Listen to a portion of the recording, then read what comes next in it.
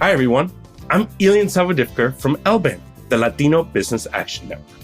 LBAN's work empowers Latino entrepreneurs to grow their business through research and education. We're launching a podcast with LWC Studios to share stories from Latino entrepreneurs who have scaled their companies beyond $1 million in revenue. But we also want to celebrate Latino entrepreneurs at all stages of growth, from those starting out to those expanding product lines and innovating in their fields. If you're among those Latino entrepreneurs, send our producer, Virginia, a detailed voice memo telling us your story. You might be featured on the show. Include your name, location, and a brief recap of your business story. Send voice memos to virginia@lwcstudios.com. We can't wait to hear from you.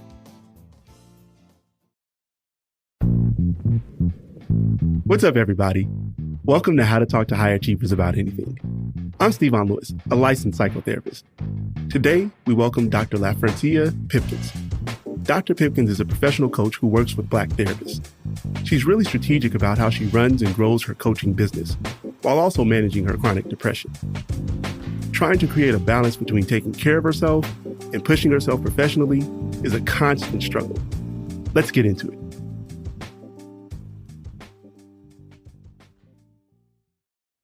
My name is Dr. LaFrancia Pipkins, and I am the founder of the Wealthy Black Girl Method. I started my coaching business because of my health, and I wanted to create opportunities where I can concentrate for as long or as much as I need to, and then I can also rest for as long or as much as I need to. My doctorate degree is in clinical psychology, and I decided to launch my business pretty much immediately after graduating with my doctorate degree, because I had just spent a year interning as a psych assistant, and it was just very clear to me that the level of work, of hustle and grind that was going to, continue as long as I worked for other folks, that was not going to be good for my health. So there's a new word that I've learned, a label, I guess, that's called chronically capable. That actually, I thought, kind of fit, or at least it fits for now, because being a high achiever and having these challenges with managing chronic illness, I know that I'm not going to stop. I know that I'm going to continue trying to reach whatever goals that I would like to reach. So depression, the diagnosis, right? It affects your concentration. For me in particular, it's my ability to concentrate on reading and writing. Running a coaching business requires that I create content, and that content a lot of times is writing. And even, with video content or any of that kind of stuff, I find that I can only concentrate for 10 minutes at a time. Can you imagine? I know, at least for me as a high achiever, what you mean I can only work 10 minutes at a time? It doesn't feel good, but it feels like what I need to do in order to make things happen. So I will time myself for 10 minutes at a time. And then I also set another timer to make sure that I take my full 10-minute break, because I have learned that sort of, I guess you call it like your perception of how long you've been resting and how long you've actually been resting are very different for me. So when did I get my diagnosis? Depression comes from years and years and years of holding racism and biases and, vicarious gun violence. I managed all of that by probably just working really hard. Then there was a year when I couldn't manage it anymore by working really hard. So a doctor says, you have to stop working in this certain way. And then came in, right, like the timers and the boundaries. For me, the most important thing was to recognize that, no, it doesn't mean that you become an outcast of society. It means that, I am now managing really a lot of the same things with different tools. So in my office, I have a meditation space. And and I use it for meditation and yoga. The reason that I'm laughing is because as a first generation, college graduate coming from a family background, low socioeconomic status, sometimes it's laughable to me, the amount of space that I have to just take up and take care of myself, because that was not something that I grew up watching, my mothers, and I say mothers because there were many mothers in my family. I didn't watch them doing a lot of resting or taking up space or that kind of thing. So those are what my breaks look like. Sometimes the breaks are longer or shorter. And then the other thing is just turning everything off by 3 p.m. and stop working, which is really hard to do, actually, for me. But just always making sure that I recognize that, there's a point in the day where I've actually done enough substantial amount of work to do what I need to do. And now I need to actually close my computer, leave my office. I think for me also what is healing is like speaking up about my experience, being in connection with other folks who know what is going on with you. And I actually do consider like my community to be my treatment, and specifically my community of Black women, just making sure that I have that kind of support around me on a regular basis. I'm always going to have that push-pull of like how to balance my energy around growing my business and then, doing other things. And I think there'll be a sadness in that, or like a little bit of grief in that I can't just go fully chasing it, without any concerns. And also at the same time, I am, as I said, chronically capable.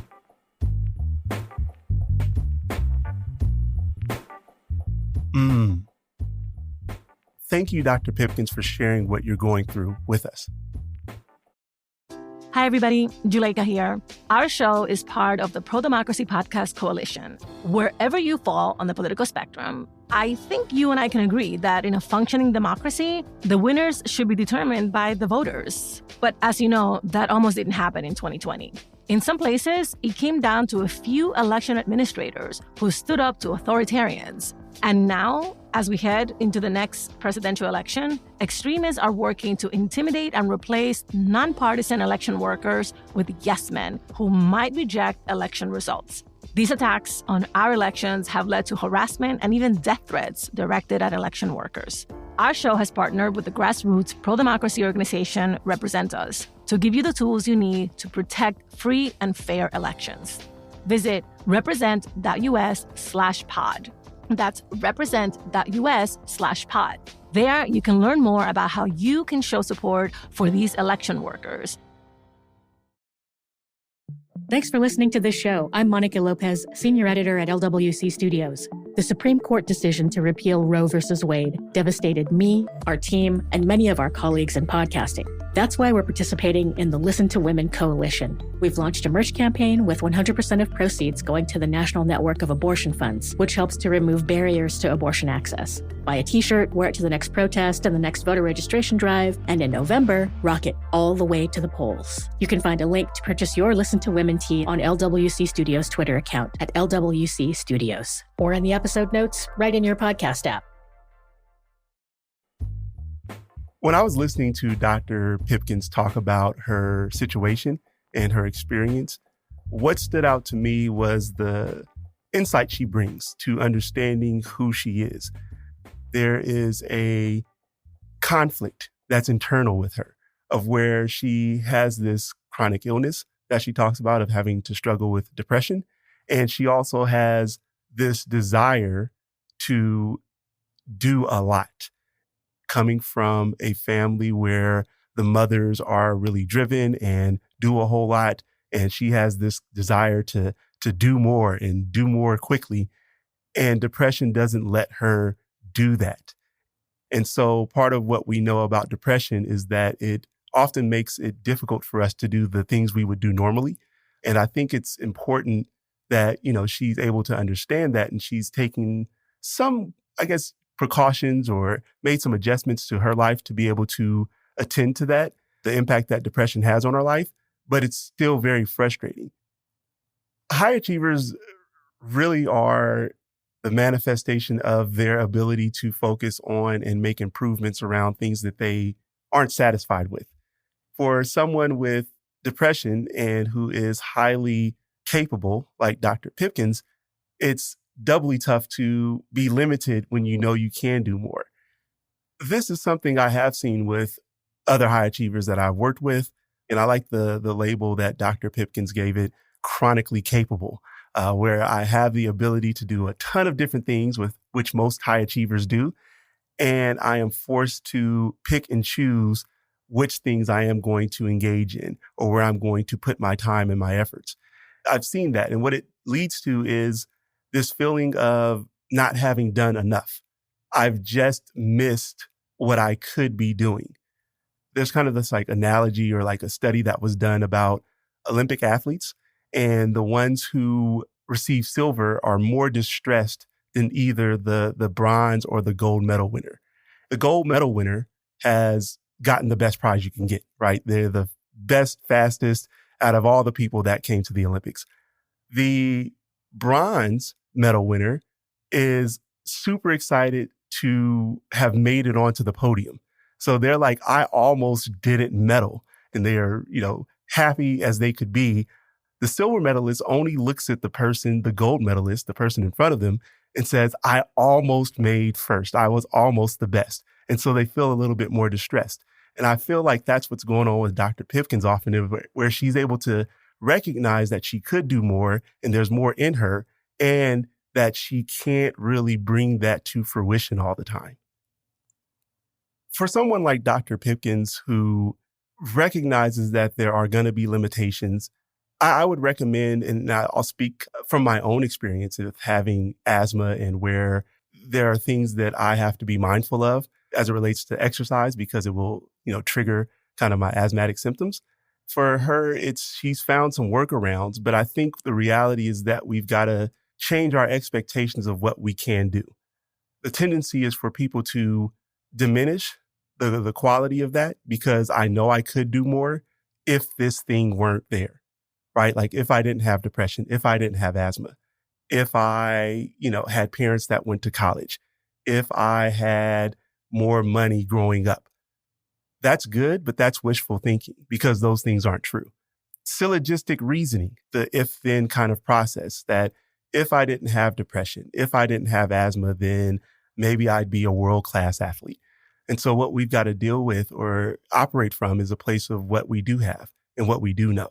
And I think for those individuals that are yearning for more, take some of that expectation away, not in a sense of diminishing the quality of what you're going to accomplish, but more of a way of making it real or realistic about what you have the ability to do. Because the reality is that you are dealing with these things.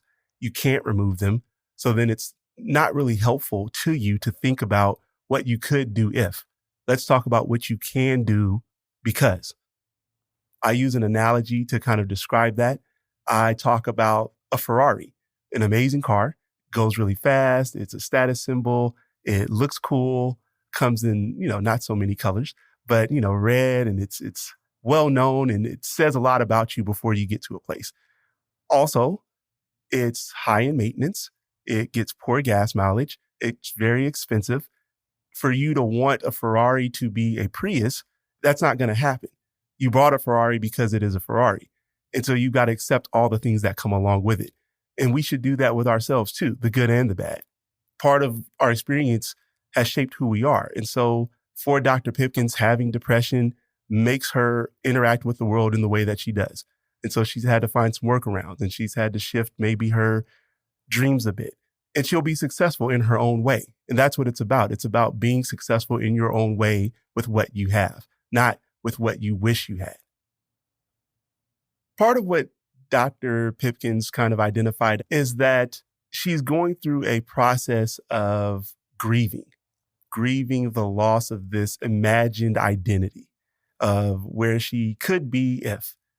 It's not a bad thing. It's not negative that you are sad about having to adjust or change or alter what it is you had planned on becoming or doing.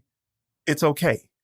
The idea is to not live there, though, to not define yourself by what you could not do, what you could not obtain, what wasn't afforded to you.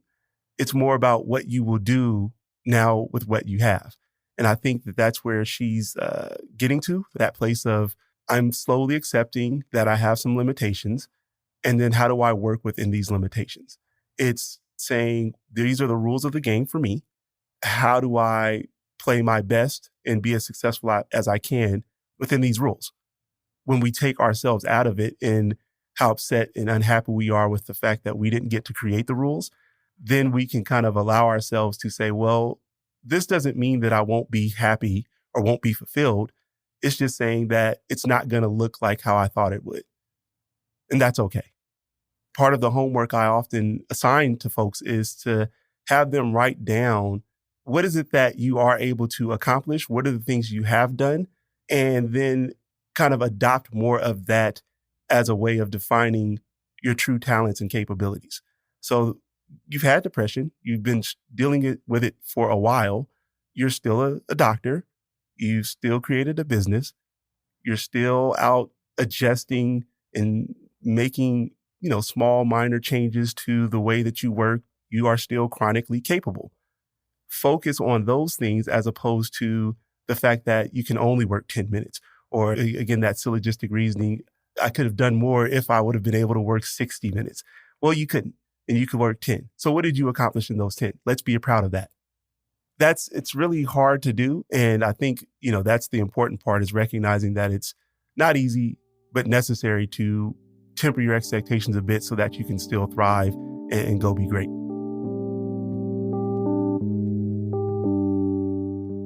And that's a wrap. Thank you so much for listening to How to Talk to High Achievers About Anything. We have really big plans for our show, and we want you to be a part of it. We want to hear about your successes and challenges, your sacrifices, the ways you've celebrated, and what's ahead as you grow. Send our producer, Virginia, an email, and we'll get your story on the show. She's at virginia@LWCstudios.com. How to Talk to High Achievers About Anything is an original production of LWC Studios. Virginia Laura is the show's producer. Kojin Tashiro is our mixer. Juleka Lantigua is the creator and executive producer. I'm Stevon Lewis. On Twitter and Instagram, we're at Talk to Achievers. Bye, everybody.